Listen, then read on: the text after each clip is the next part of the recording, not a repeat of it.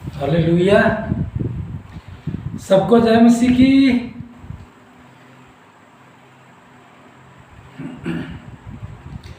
परमेश्वर का एक बार फिर से धन्यवाद करता हूँ आज की शाम के लिए।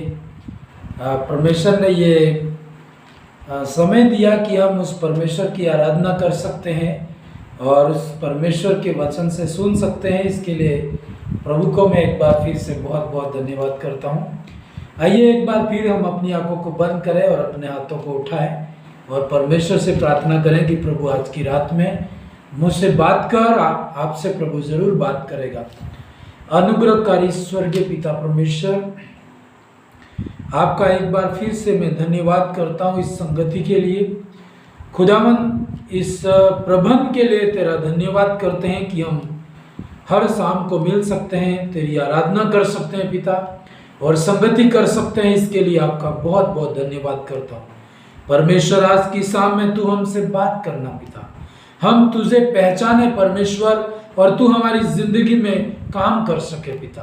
प्रभु, मैं सब कुछ आपके हाथों में समर्पित करता हूँ। यीशु मसीह के सामर्थी नाम से पिता प्रार्थना करते हैं प्रभु, आमीन। हालेलुया। सबको जय मसीह की।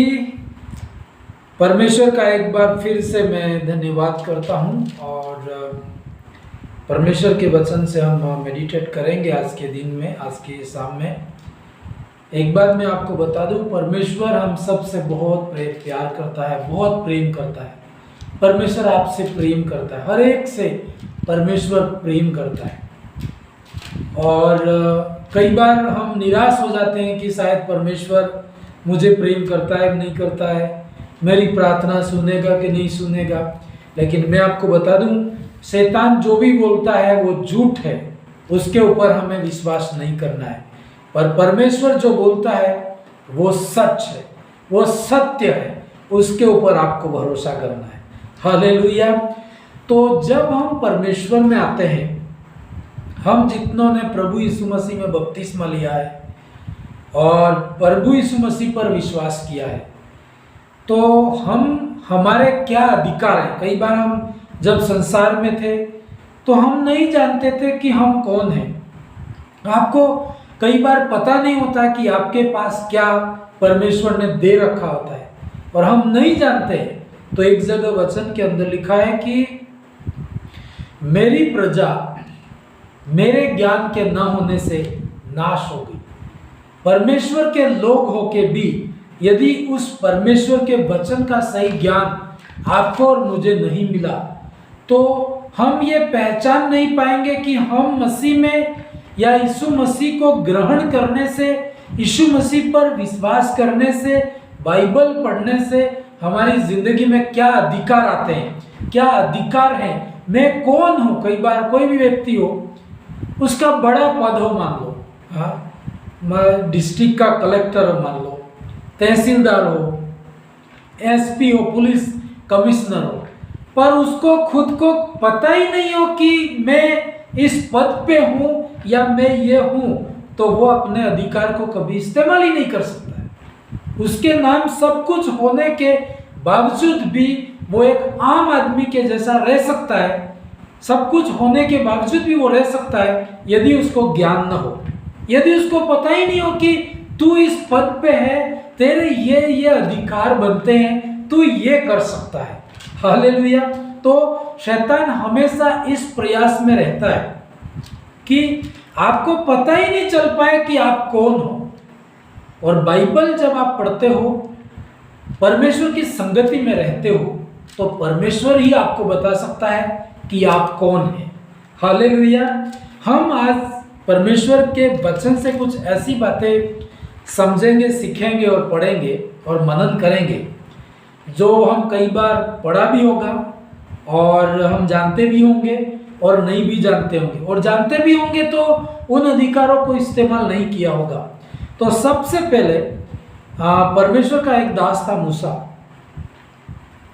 और परमेश्वर ने उसको दर्शन दिया। मतलब मूसा के बारे में हम लोग सब जानते हैं, मैं थोड़ा सा निकलना चाहूंगा। निर्गमन की किताब उसका 3 अध्याय मेरे साथ में निकालो। मैं वहां से एक पदस्थल में आपको बताना चाहूंगा। मूसा के बारे में बाइबल कहती है कि मूसा परमेश्वर का एक चुना हुआ दास था और इससे पहले परमेश्वर ने तो उसको जन्म से ही चुना था।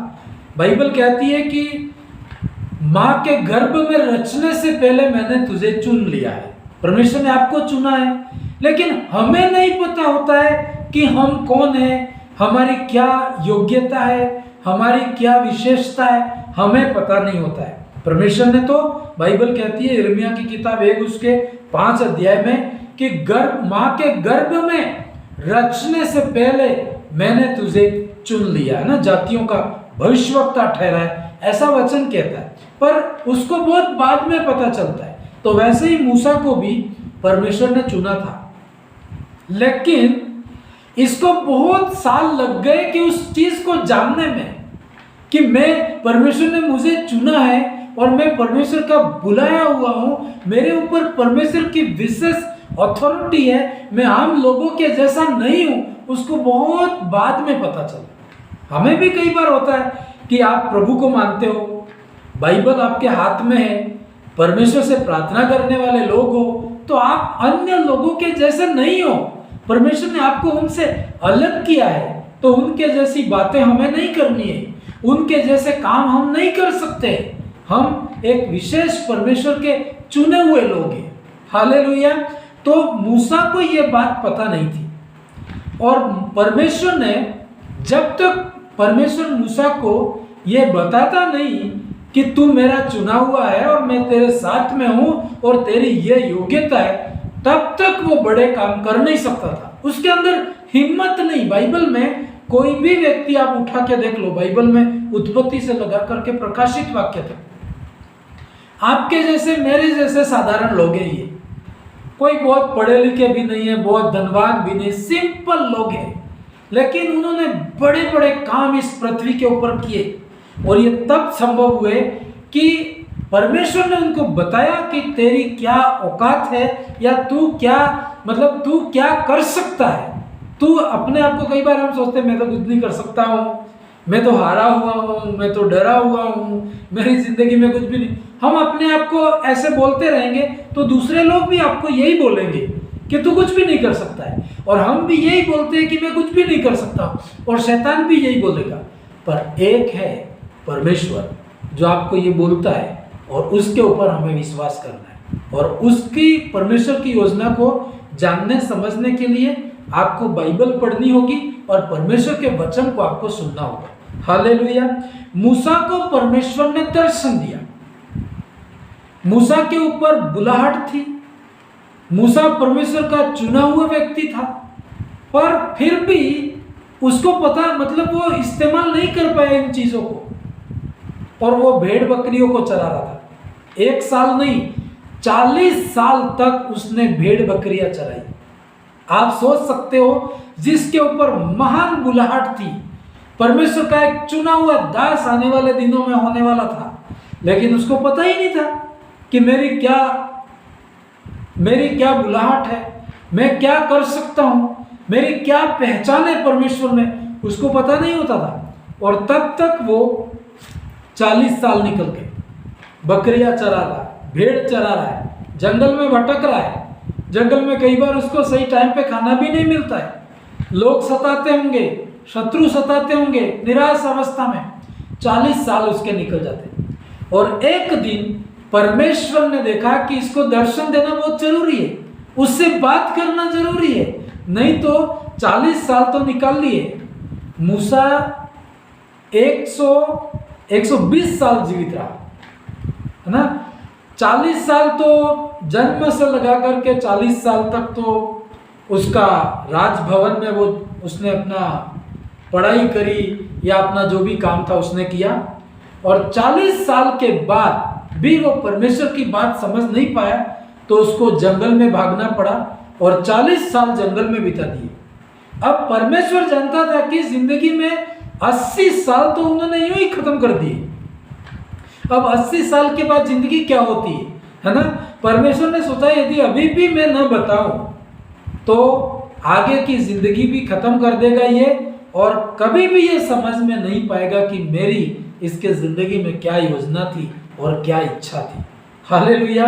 तो परमेश्वर ने उसको दर्शन देना पड़ा, और जब दर्शन परमेश्वर उसको देता है तो परमेश्वर ने उसको बात की कि मूसा, तेरी बुलाहट बकरियों को चराने के लिए नहीं है, जंगल में रहने की नहीं है, तेरी बुलाहट है कि तू मेरे लोगों को मिस्र देश में जो गुलाम है उनको कनान देश में लेके जाएगा। पर तुझे पता ही नहीं है, तू समझ नहीं पा रहा है। तू जाएगा, मैं तेरे साथ में हूं, तू मेरी बात के ऊपर विश्वास कर और जाके फिरौन जो राजा था उस देश का, उससे तू बात करेगा और जाके उसको कहना कि मेरे लोगों को तू छोड़ दे, मैं परमेश्वर ने मुझे भेजा है, मैं तेरे पास में आया हूं। लेकिन मूसा अपने जैसा साधारण आदमी था और वो कहने लगा, ये परमेश्वर मैं कौन हूं, मेरी कोई योग्यता नहीं है ना। एक पदस्थल में पढ़ना चाहूंगा। जब परमेश्वर ने उसको कहा, क्या कहा, मैं पदस्थल पढ़ना चाहूंगा। निर्गमन की किताब 3 अध्याय और उसका 5 पद।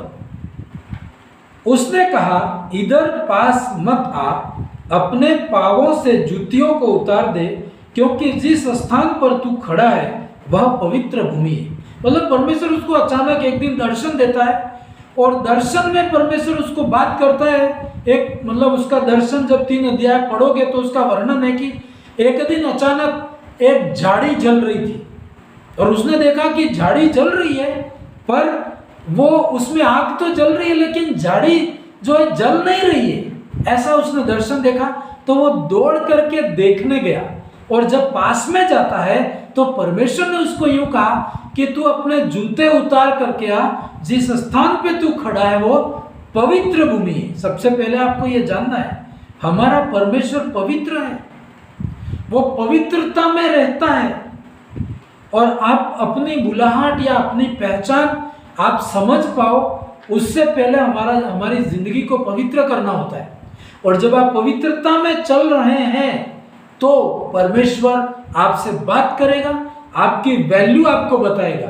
हमें कई बार डायमंड होता है ना, हीरा होता है हीरा, पर उसकी वैल्यू नहीं जानते, उसके लिए तो नॉर्मल है, पर जो जानता है वो कहेगा कि नहीं ये तो डायमंड है, इसकी बहुत कीमत है।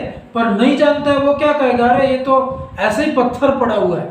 तो वैसे उसकी वैल्यू परमेश्वर उसको मूसा को बताने के लिए वहां पे आया। और फिर आगे क्या बोलता है, फिर उसने 6 पद, फिर उसने कहा, मैं तेरे पिता का परमेश्वर, अब्राहम का परमेश्वर, इसहाक का परमेश्वर, याकूब का परमेश्वर और याकूब का परमेश्वर हूं।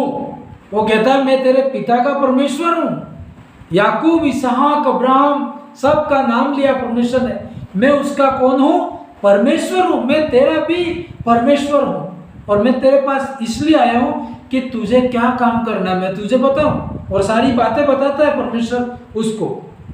उसने जब बात करी तो सारी बातें बताई। फिर जब आप आगे पढ़ोगे तो परमेश्वर ने उसको कहा कि तू अब ये भेड़ और बकरियों को चराना छोड़ करके मेरे लोगों को छुटकारा के लिए, मेरे लोगों की अगुवाई करने के लिए, मेरे लोगों की उनको अपने देश में ले जाने के लिए तू जाएगा करके।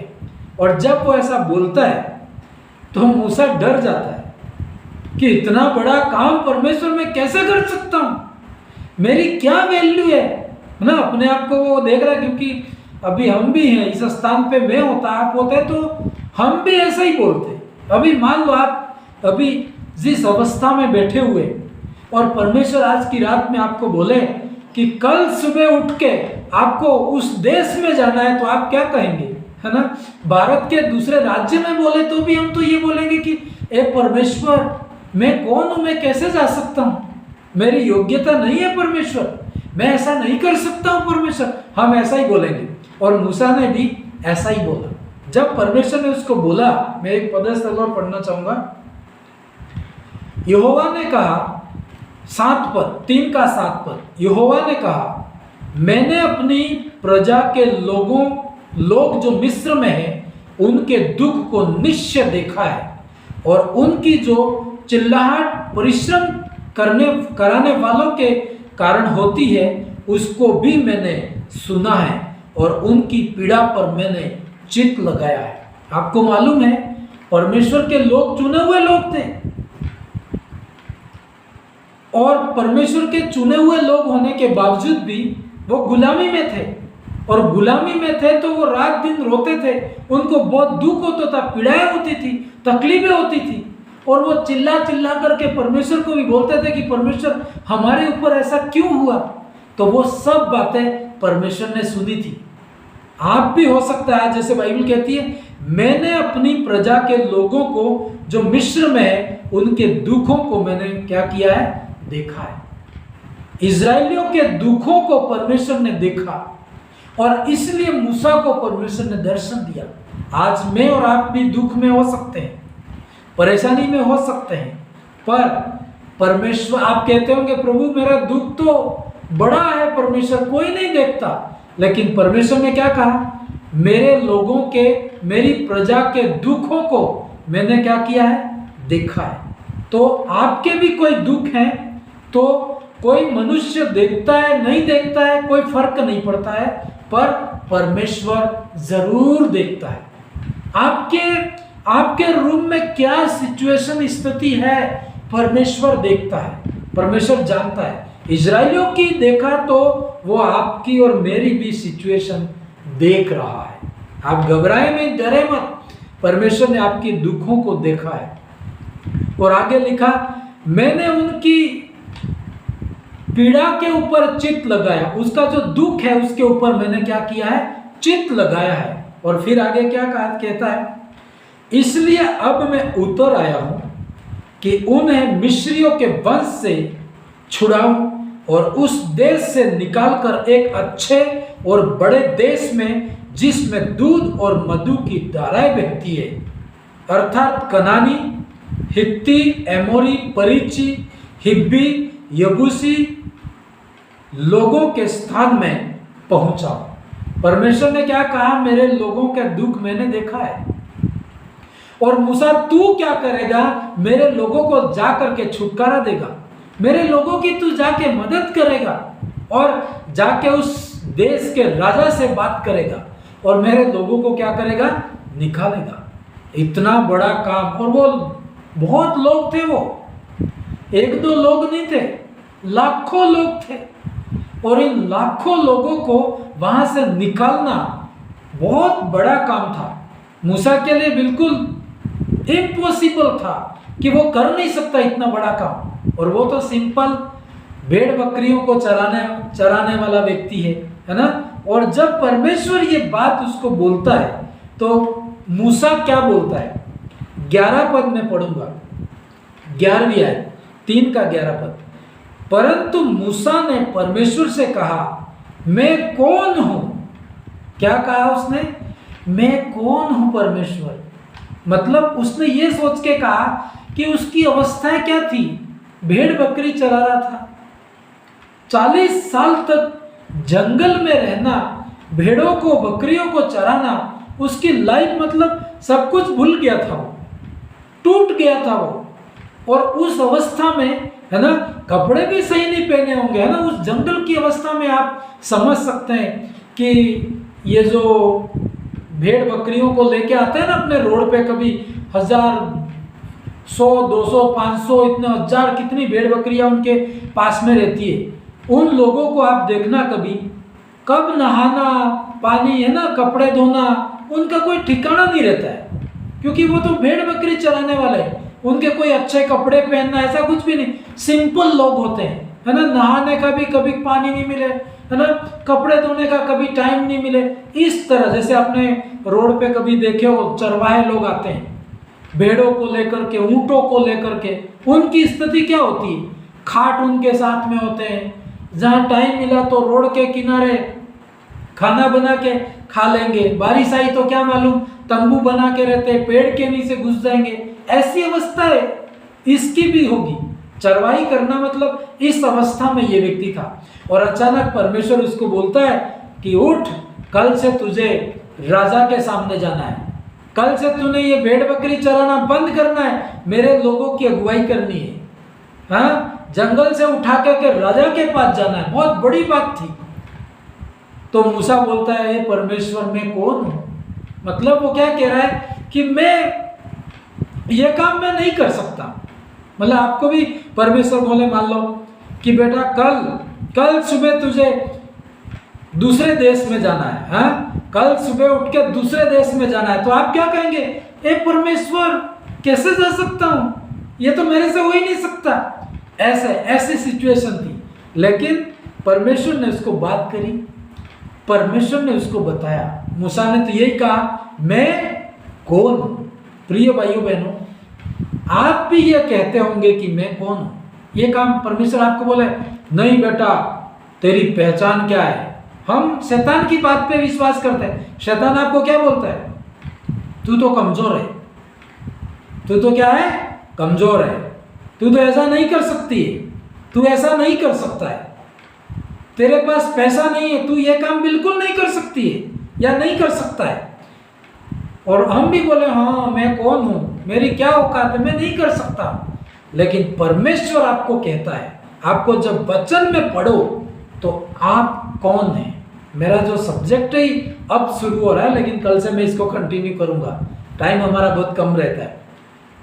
आपको प्रश्न करना है। मूसा ने कहा मैं कौन हूं, और परमेश्वर ने उसको बताया कि तू कौन है। हालेलुया। आज की रात में आप कहते होंगे, मैं कौन हूं परमेश्वर, मैं तो कमजोर हूं परमेश्वर। लेकिन मैं आपको बता दूं, आप परमेश्वर की दृष्टि में बहुत अनमोल है। आप साधारण नहीं है, आप परमेश्वर की संतान है। एक पदस्थल में पढ़ना चाहूंगा, इस संदेश को मैं कल कंटिन्यू करूंगा, लेकिन मैं आपको बता दूं, मैं कौन हूं करके मूसा ने कहा, और परमेश्वर ने उसको बताया कि तू कौन है। आपको पता होने पर, एक विश्वासी होने के नाते मैं कौन हूं और आप कौन है। शैतान को बात करना है कि मैं साधारण नहीं हूं। अब हम शैतान की बात में आ जाएंगे, पाप में गिर जाएंगे, तो फिर हम हार जाएंगे।